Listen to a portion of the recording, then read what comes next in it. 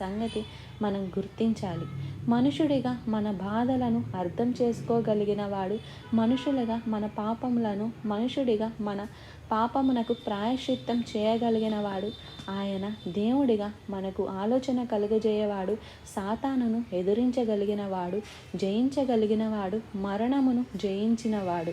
ఇటువంటి దేవుడు మరి ఎక్కడైనా ఎప్పుడైనా మీరు చూసారా? ఎలాగా మనకు ఒక శిశువు పుట్టెను, ఒక కుమారుడు అనుగ్రహించబడెను, ఆయన భుజముల మీద రాజ్యభారవారం ఉండును. ఆయన ఈ లోకరాజుగా ఉండడానికి రాలేదు. ఆయన యూదుల రాజు ఎక్కడా అని ఆ జ్ఞానులు అడిగినప్పుడు హేరోదు కలవరపడిపోయాడు. ఆయన నా అన్న పడగొట్టి నాకు బదులుగా రాజు అవుతాడేమో, అందుకే ఆయన్ని చంపాలని ప్రయత్నించాడు. అనేక మంది పసిబిడ్డలను చంపించాడు. ఆనాటి యాజకులు, ప్రధాన యాజకులు ఆచార స్థితిలోనికి